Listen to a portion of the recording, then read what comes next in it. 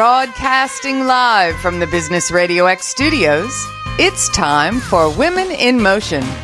Brought to you by WBEC West. Join forces, succeed together. Now, here's your host.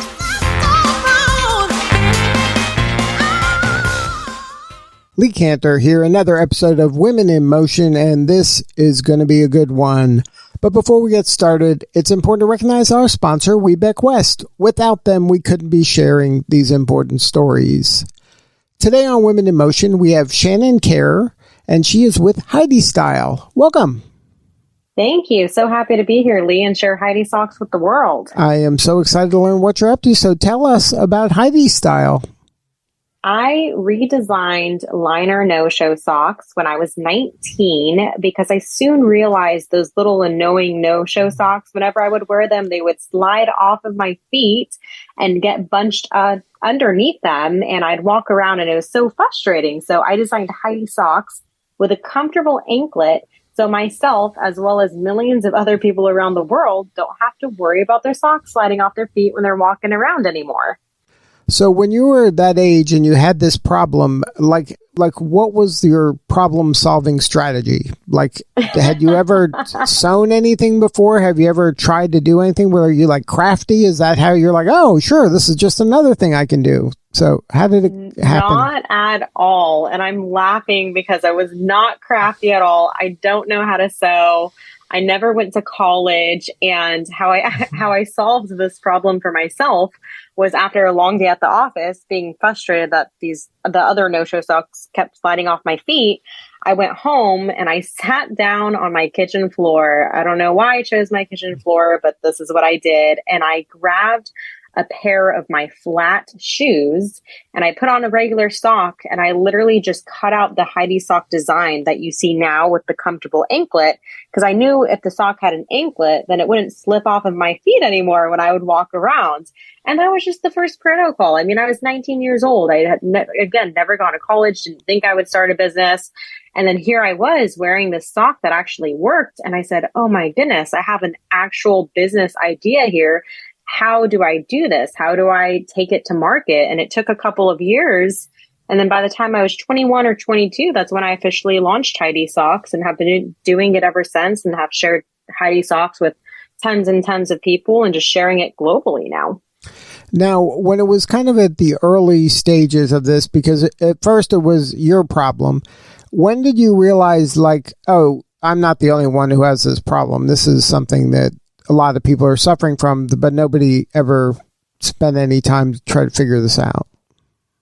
I realized it when I started wearing my first Hidey sock prototype, and other people would ask me about it. And I said, oh, well, the other no-show socks, whenever I walk around, they just slide off my feet and it's super frustrating. I don't have time for this. Nobody has time for the socks slipping off. And then they would also tell me they had the same problem. And after hearing so many different people telling me that I basically solved the solution for them as well, I knew I had to save up money and build my credit and Google everything about a business and how to start it. And that's how I rock and rolled with it. Now, you mentioned the first kind of version 1.0 was you just kind of cutting out the anklet part of the sock. And that's what, I mean, for folks who aren't familiar with this, please go to the website, Hidey Style, HIDEYSTYLE.com, so you can see this. But you kind of reinvented what a sock is, because it isn't a traditional sock that covers the entire foot. It has an anklet, and then it covers the bottom of the foot pretty well, but the top of your foot isn't covered. Exactly. Just the toe area, the top of the toe area is covered, so people can wear them with flats. And the whole reason why I chose this specific design and also made it low cut on the sides is so my customers can wear Hidey socks with pretty much any shoe that they want to wear Hidey socks with. I mean, I have customers who wear them with flats, tennis shoes, Vans, even high heels, and they look so cute with high heels. And then, of course, the anklet, I designed it with Swarovski crystals to add style to any shoe that you wear Hidey socks with. So you can literally transform your whole shoe wardrobe with Hidey socks with the beautiful Swarovski crystals and different color Swarovskis as well. Now, when you went from this kind of the prototype into kind of the early designs, how did you sell these? Were you selling them online, or were you trying to get them into retail? Like what was the selling process like? All of it, Lee. I originally launched with just my website, and then I hired a sales rep to help me sell Hidey Socks wholesale to different boutiques and shoe stores. And now we do both. I have my website, and then I also sell wholesale to different shoe stores. We're trying to get them into larger retail stores right now, like Neiman Marcus, exactly how Sarah Blakely did it with Spanx. And maybe even Target. We're really looking into expanding into that. But as of right now, we're selling on the website, and then tons of different boutiques around the U.S., including we also sell to Canada and Australia as well. Now, when you were coming up with the idea, how much time did you spend thinking about, like, how am I going to price this? Is this like a super high-end thing? Is this for everybody? How did you kind of come up with the pricing? Great question. I wanted to make Hidey Socks affordable for really anybody who wanted a sock to solve the problem as well as add style. And so originally our price used to be a little bit higher. And what I did was I actually interviewed with Swarovski crystals to have a partnership with them. And so that way I could buy the crystals directly from Swarovski crystals as opposed to a third party. And once I aced that interview and got a partnership with Swarovski crystals, I basically gave that savings to my customers instead of making more of a profit margin. I wanted the Hidey Socks with the genuine Swarovski crystals, which you can put in the washer and the dryer. I wanted that retail price to be a good $19.99 impulse buy, so we can sell to pretty much anyone everywhere. And then the Hidey Socks without the Swarovski crystals are, of course, less expensive. And I really worked hard to get that $19.99 price. And, it wasn't the easiest in order to do that, but I feel like it is a good price, especially because they do last for a very long time, made out of breathable bamboo. Now, how did you kind of land on that as a material? When I was researching the different materials, there's so many different materials out there. And I discovered that bamboo fiber is naturally breathable. And I said, why don't all sock companies make their socks out of bamboo? I mean, it makes sense for socks to be naturally breathable. And I found out that the reason why they don't is because bamboo is actually a lot more expensive than cotton. And it's more expensive because bamboo, if you think about that material, it's a very hard material, like very hard. And in order to break that hard material down into something as soft as Hidey Socks, it takes a lot more work than breaking down the cotton. But I decided I wanted to make my socks the best possible quality. They're going to last for a long time and keep my customers happy.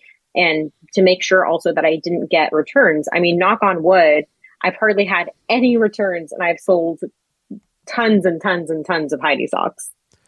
Now, there's also another unique aspect, the spring. How does that work? Kind of that the element of having a spring as part of the sock. The gel section in the Achilles area? Like the spring from the socks. Is that just the bamboo, or that's how it's like what causes that kind of spring to occur?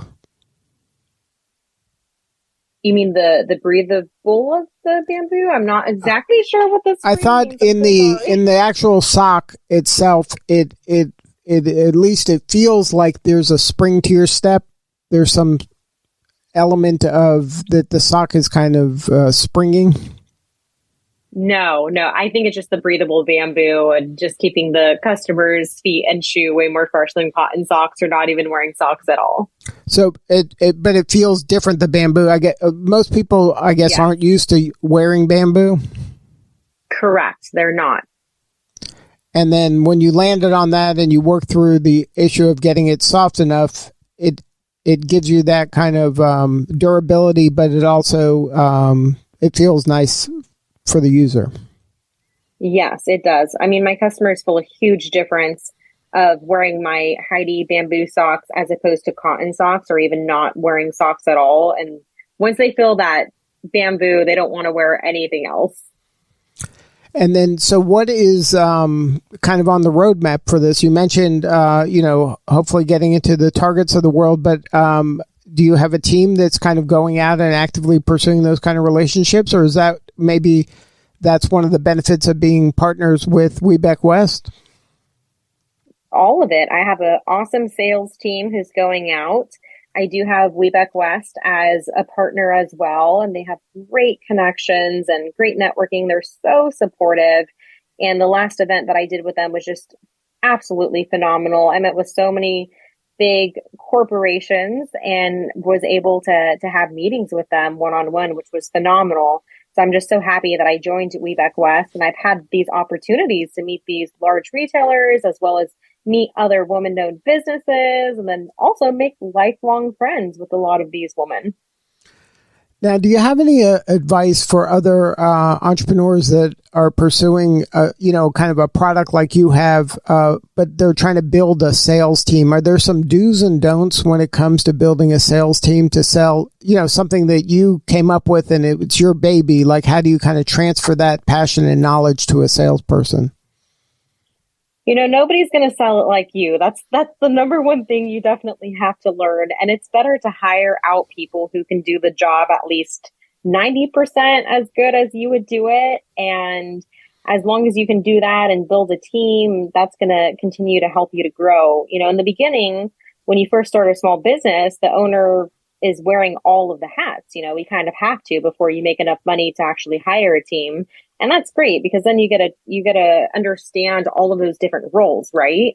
But then once you start building the momentum, just do your best to hire out as many jobs as you possibly can and be okay with knowing that nobody's going to sell it like you. It's only really your main job to have the passion, train them to also have the passion, but also be able to let your baby grow.